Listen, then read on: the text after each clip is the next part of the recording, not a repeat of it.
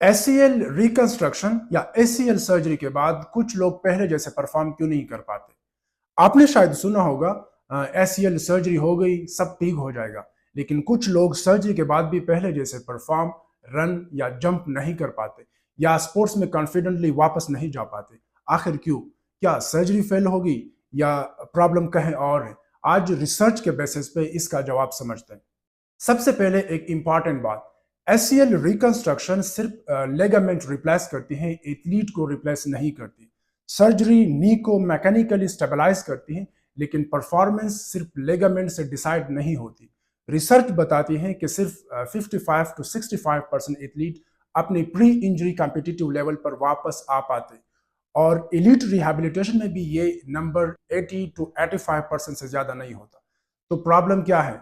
Number one, quadricep weakness. सबसे common reason है quadriceps muscles की वीकनेस। एसीएल इंजरी और सर्जरी के बाद ब्रेन प्रोटेक्टिव मैकेनिज्म एक्टिवेट करता है, जिसे आर्थ्रोजेनिक मसल इनहिबिशन कहते हैं। यानी मसल फिजिकली ठीक हो सकती है, लेकिन नर्वस सिस्टम उसे फुली एक्टिवेट नहीं करता। इसका रिजल्ट ये होता है कि पेशेंट चल लेता है, लेकिन स्प्रिंट, जंप या डिक्लेरेशन के वक्त पावर प्रोड्यूस नहीं कर पाता। इसलिए रिसर्च रिपीटेडली कहती है कि रिहैबिलिटेशन का मेजर फोकस क्वाड्रिसेप स्ट्रेंथ होनी चाहिए। Reason number two, time alone does not heal performance. बहुत लोग सोचते हैं 9 मंथ्स हो गए सर्जरी के बाद या इंजरी के बाद, अब मैं रेडी हूं। लेकिन रिसर्च कहती है this is not a rehabilitation programme.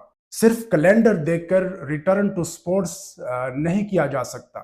Athlete को ऑब्जेक्टिव क्राइटेरिया पास करने होंगे, strength, hop test, psychological readiness and movement quality. अगर ये कंप्लीट नहीं है तो री इंजरी का रिस्क इंक्रीज हो सकता है। Reason number three, fear of movement, kinesiophobia या फियर ऑफ री इंजरी। कई एथलीट फिजिकली फिट होते लेकिन मेंटली रेडी नहीं होते।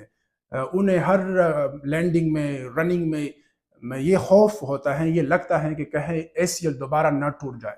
रिसर्च दिखाती है कि psychological readiness return to sports का स्ट्रॉन्ग प्रिडेक्टर है। याद रहे कि कॉन्फिडेंस भी रिहैबिलिटेशन का हिस्सा है। Reason number four, neuromuscular control. ACL सिर्फ मैकेनिकल लेगामेंट नहीं होता, इसमें सेंसरी रिसेप्टर्स भी होते हैं जो ब्रेन को नी पोजीशन बताते हैं। इंजरी के बाद ये प्रोप्रिसेप्शन इफेक्ट हो सकती है। इसलिए रिहैबिलिटेशन में सिर्फ जिम एक्सरसाइजेस नहीं होती है, balance, coordination training, single leg control, landing mechanics और एजिलिटी ड्रिल्स भी जरूरी होते हैं।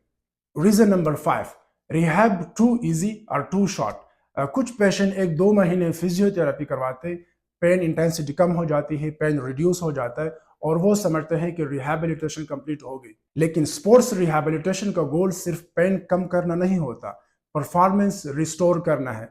एलीट लेवल रिहैबिलिटेशन में progressive loading, strength, plyometrics, sprinting और स्पोर्ट्स स्पेसिफिक ड्रिल्स इंक्लूड होते हैं। Reason number six, symmetry does not mean recovery. अगर इंजर्ड लेग दूसरी लेग के 90% स्ट्रेंथ तक आ जाए, इसका मतलब ये नहीं कि एथलीट फुली रिकवर्ड है। ये एक आउटडेटेड कंसेप्ट है। कभी कभी हेल्थी लेग भी इंजरी के बाद वीक हो चुकी होती है, इसलिए सिर्फ लेफ्ट राइट कंपैरिजन हमेशा इनफ नहीं होता। क्वालिटी ऑफ मूवमेंट भी इक्वली इंपॉर्टेंट है। रिमेंबर, एसीएल रिकंस्ट्रक्शन एक सर्जरी है, मैजिक नहीं। बेस्ट आउटकम उन लोगों में या उन एथलीट में देखे जा सकते हैं जो क्राइटेरिया बेस्ट रिहैबिलिटेशन कंप्लीट करते, अपने स्ट्रेंथ ऑब्जेक्टिवली इंप्रूव करते और मेंटली भी स्पोर्ट्स के लिए रेडी होती है। अगर आपकी एसीएल सर्जरी हुई है या एसीएल सर्जरी होनी है तो सिर्फ सर्जरी पर रिलाई ना करें, अपनी रिहैबिलिटेशन को उतनी ही इंपॉर्टेंस दे जितनी इंपॉर्टेंस आप सर्जरी को दे रहे। Thank you.